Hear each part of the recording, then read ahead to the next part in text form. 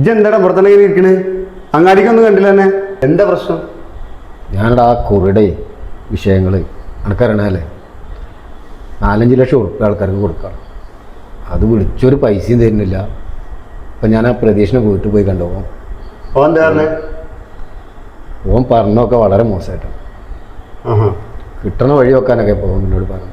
ഓരൊക്കെ ഇങ്ങനെ പറഞ്ഞാൽ ഞാൻ അത് എവിടെ നിന്ന് എടുത്തിട്ട് ആരെങ്കിലും കൂട്ടി പോയോ?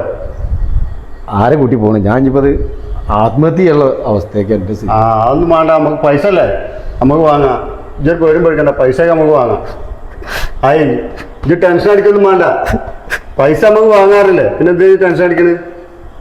പൈസ നമുക്ക് വാങ്ങട്ടാ. ഇജ്ജ് നീക്കി വാ. എടാ ഓരൊക്കെ വലിയ വലിയ ആൾക്കാരാണ്, പല മാഫിയും കാര്യങ്ങളൊക്കെ ഉള്ളവരാണ്. നമ്മളെ കൊണ്ടപ്പോൾ ഇപ്പോൾ സാധാരണക്കാരെ കൊണ്ടൊന്നും കൂട്ടിയെ കൂടുന്ന കാര്യമുണ്ട്. ഓനേക്കാളും വലിയ നമ്മൾ പൈസ മേടിച്ചില്ലടോ. അത് മേടിക്കാൻ ജുവായോ? നീക്കി, നമുക്കതിന് മാർഗം ഉണ്ടാക്കാം. ജുവായോ? എടാ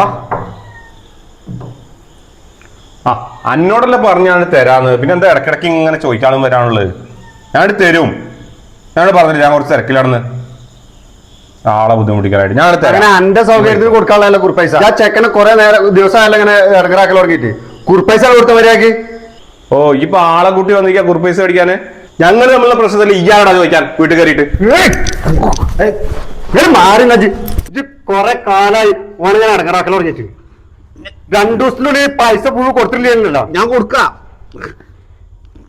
ഞാൻ കൊടുക്കണോ ഉറപ്പ്, ഞാൻ കൊടുക്കാം. അല്ലേ ഇപ്പൊ മനസ്സിലായത് എനിക്ക്? ചോദിക്കേണ്ട പോലെ ചോദിച്ചപ്പോ ഓൻ്റെ അടുത്ത് പൈസ വന്നേ. ഇജ്ജിങ്ങനെ പാത്താനായിട്ട് നിന്നോ?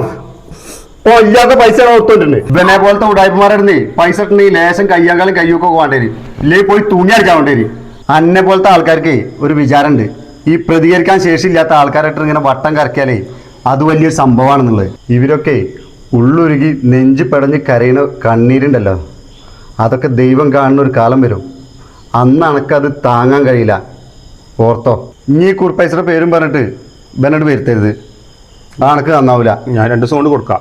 തരാ പ്രതിഭ കൊടുത്തോ. ഇവരൊക്കെ ഉള്ളുരുകി നെഞ്ച് പെടഞ്ഞ് കരയുന്ന കണ്ണീരുണ്ടല്ലോ, അതൊക്കെ ദൈവം കാണുന്ന ഒരു കാലം വരും.